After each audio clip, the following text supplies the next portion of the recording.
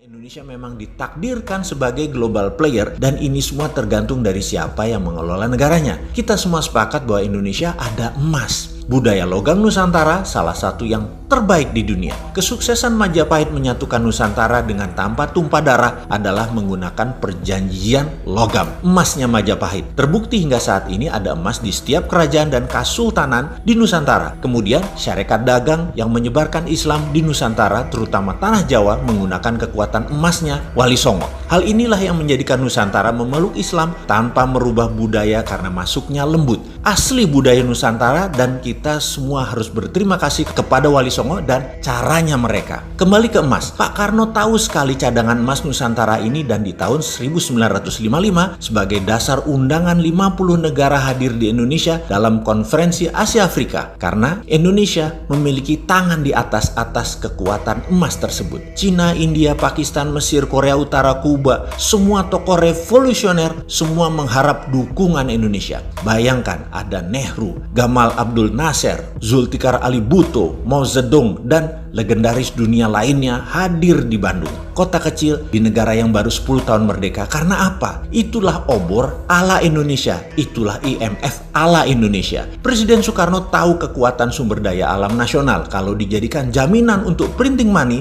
maka rupiah bisa lebih kuat dari dolar. Tapi sayang 1000 kali sayang, Pak Karno pemikir tunggal. Di bawahnya tidak siap karena cakar-cakaran kekuatan politik bermanuver, sehingga lupa mengelola tanah air tercinta dan membangun kekuatan pertahanan, terutama intelijen. Sungguh, membangun kekuatan politik dunia tanpa membangun kekuatan shadow, kita menjadi rapuh. Ketika CIA bergerak, kita tidak antisipasi.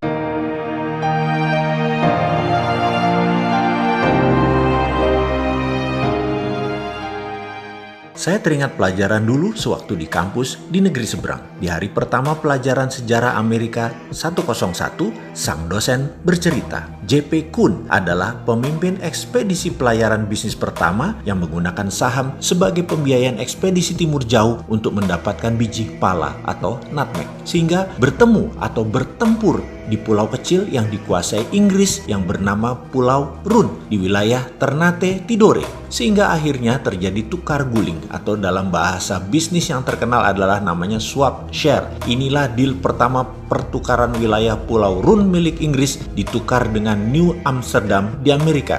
New Amsterdam di pulau itu kemudian hari dikenal dengan nama barunya hingga sekarang dengan nama New York. Jadi kalau tidak ada Pulau Run penghasil biji pala, maka New York dan New Frontier Inggris bernama Amerika tidak akan pernah seperti sekarang ini. Kembali ke kapitalisme modern. Perjalanan Jan Pieter Soen Koen itu memerlukan biaya sangat besar. Karena itu dibuatkanlah sebuah usaha yang bernama VOC, Dutch East Indies Company, milik berbagai pengusaha Eropa berbasis di Belanda. Mengapa multi-owners? Karena semakin banyak yang store saham, semakin kecil risiko yang ditanggung dalam perjalanan yang berbiaya sangat besar tersebut. Inilah asal muasal awal kapitalisme modern, yaitu modal bersama, urun dana di bursa keuangan. Maaf, ini juga yang jadi alasan Santara lahir, berdasar 2 pengalaman sejarah, Koleganza Venezia dan VOC-nya Belanda. VOC adalah perusahaan pertama di dunia yang menjual stok atau sahamnya agar bisa dimiliki banyak pemodal secara masif. Karena itu,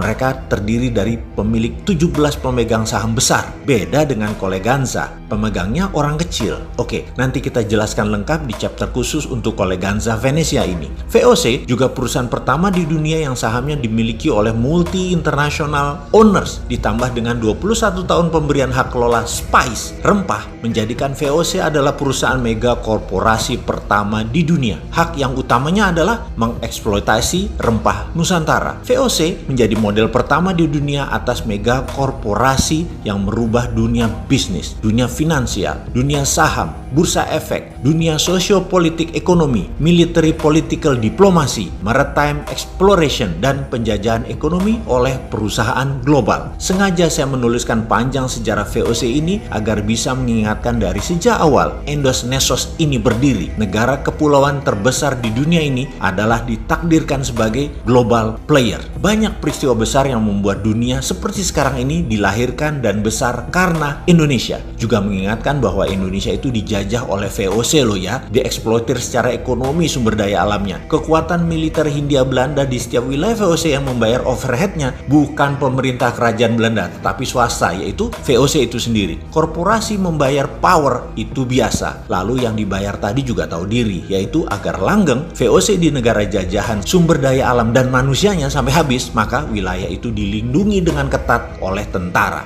Samalah dengan Tiongkok, negaranya melindungi bisnisnya di negara lain. Pemerintah Amerika melindungi swastanya di Timur Tengah dan di seluruh dunia dengan 800 pangkalan, mulai dari pangkalan militer fisik yang terlihat hingga safe house. Mudah-mudahan pelajaran beginian bukan menyindir ketika ada pejabat miring ke salah satu karena dia tidak paham geostrategi negara lain. Maaf loh ya, maaf. Biasanya ya kalau tidak paham ya kaki tangan mereka. Wis, itu saja. Kembali ke VOC di Nusantara. Rebutan nutmeg, biji pala yang di zaman itu lebih mahal dari emas karena bisa menyembuhkan wabah penyakit yang melanda Eropa. Jadi new normal setelah wabah penyakit di Eropa secara singkat adalah Inggris dapat Amerika, Belanda dapat Indonesia. Deal bisnis yang merubah peta politik dunia. Kita lompati sebentar ke masa setelah Perang Dunia Kedua di Indonesia. Seperti tadi kita ingatkan, Indonesia memang ditakdirkan sebagai global player dan ini semua tergantung dari siapa yang mengelola negaranya. Kita semua sepakat bahwa Indonesia ada emas. Budaya logam Nusantara salah satu yang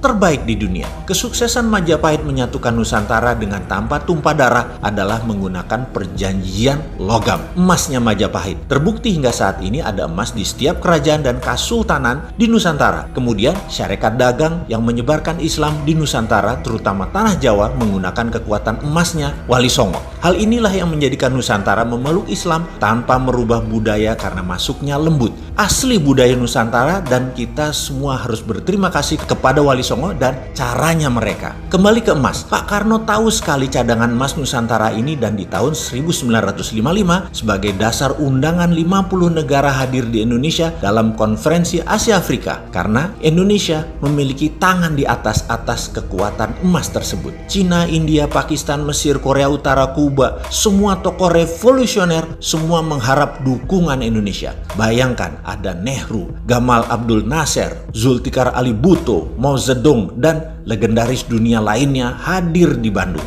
Kota kecil di negara yang baru 10 tahun merdeka. Karena apa? Itulah obor ala Indonesia. Itulah IMF ala Indonesia. Presiden Soekarno tahu kekuatan sumber daya alam nasional. Kalau dijadikan jaminan untuk printing money, maka rupiah bisa lebih kuat dari dolar. Tapi sayang 1000 kali sayang, Pak Karno pemikir tunggal. Di bawahnya tidak siap karena cakar-cakaran kekuatan politik bermanuver, sehingga lupa mengelola tanah air tercinta dan membangun kekuatan pertahanan, terutama intelijen. Sungguh, membangun kekuatan politik dunia tanpa membangun kekuatan shadow, kita menjadi rapuh. Ketika CIA bergerak, kita tidak antisipasi. Langkah Soekarno adalah ancaman terhadap dolar. Dan terbukti 10 tahun kemudian CIA berhasil melakukan operasi clandestine menggulingkan Soekarno. Pak Karno menjadi sejarah. Kembali kita ulangi sekali lagi. Sepakat ya, Indonesia ini ditakdirkan memang untuk jadi global player. Kedepan kita harus perbaiki strategi bernegara dalam geostrategi antar negaranya. Inilah kekuatan yang harusnya saat ini diambil alih oleh pemerintah di saat gajah Cina Amerika bersih tegang.